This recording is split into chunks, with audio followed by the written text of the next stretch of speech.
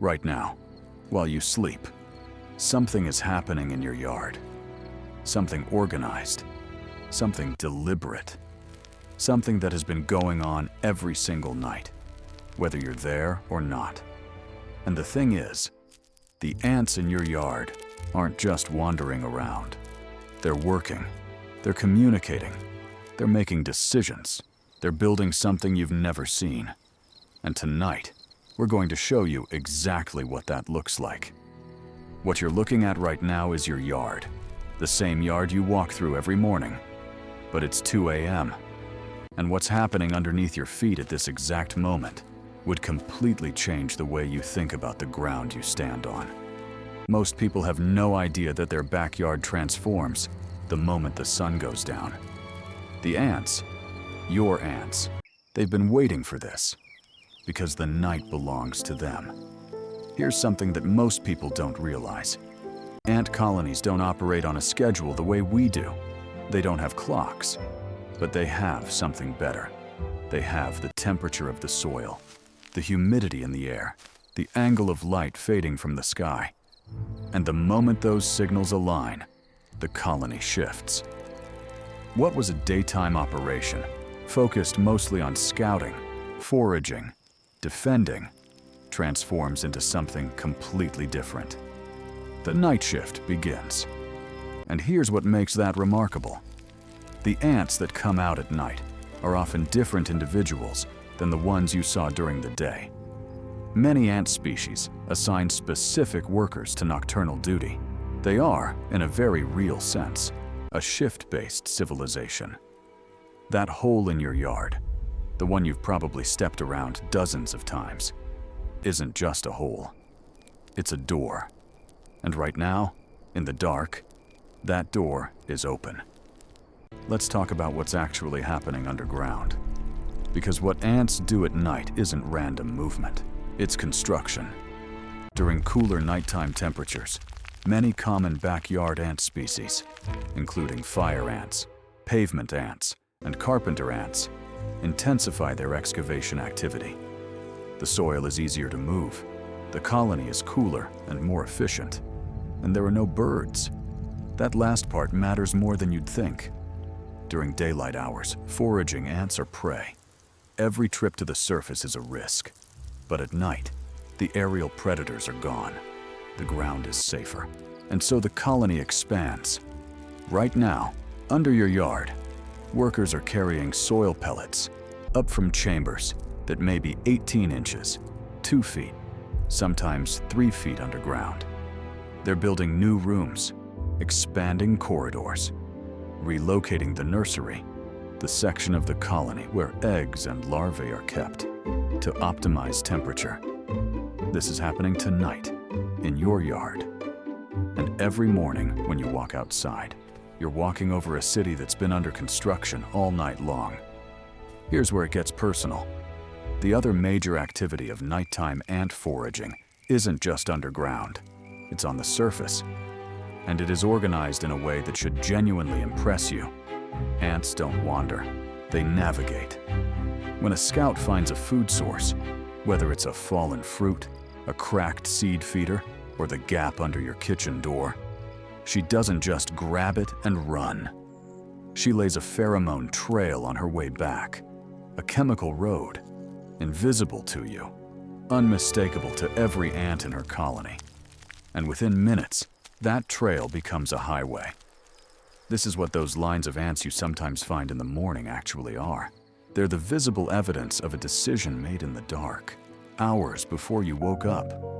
Someone in the colony found something, and she told everyone. Here's what makes this relevant to your yard specifically. The food sources ants discover at night aren't always outdoors. Gaps in your foundation, cracks around window frames, the space under a garage door.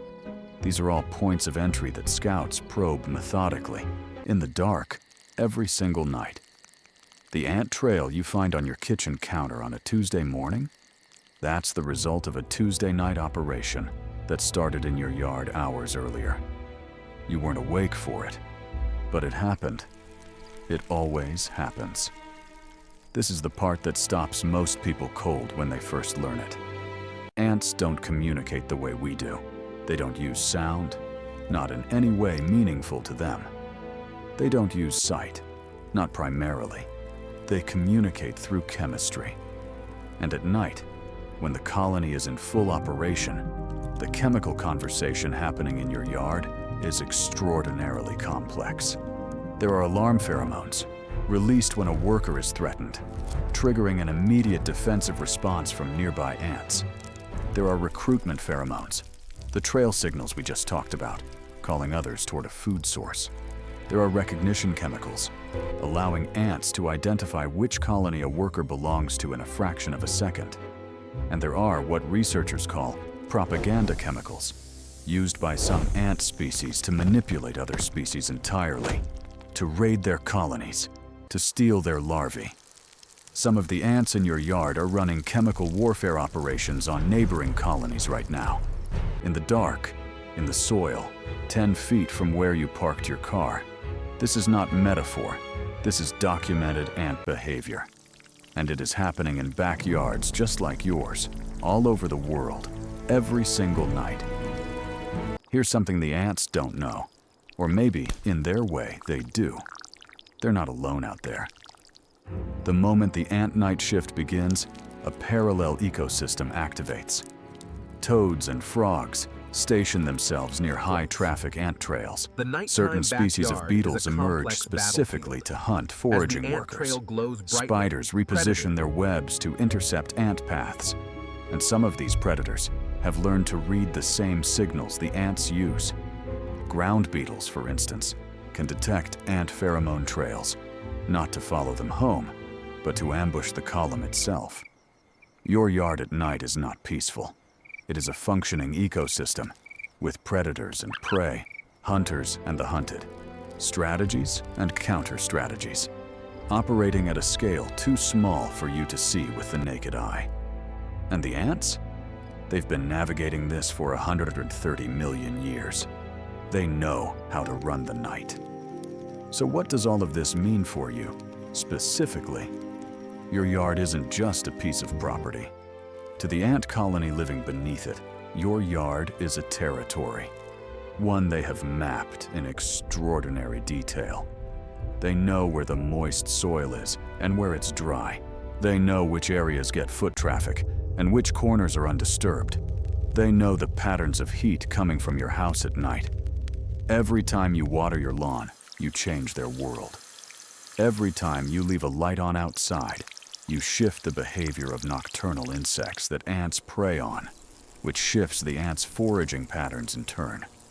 You think you're living on your yard, but to the colony, you're part of the environment around them. A very large, occasionally disruptive, but ultimately predictable creature. There's something quietly remarkable about that. You've been sharing your yard with a civilization this whole time, a civilization that is older than the dinosaurs, more complex than most people realize, and completely invisible to you after dark. Until tonight. Next time you walk outside in the morning, look at the ground differently. Because what you're walking over isn't just soil and grass. It's the aftermath of a night you didn't see. A shift that ended the moment the sun came up. And a colony that's already waiting, patiently, invisibly, for the light to fade again. If you found this as fascinating as I did, there's something else about your yard that most people completely overlook. Something that happens in the exact moment ants decide your space is safe to invade. That one's coming next week. Make sure you're subscribed so you don't miss it.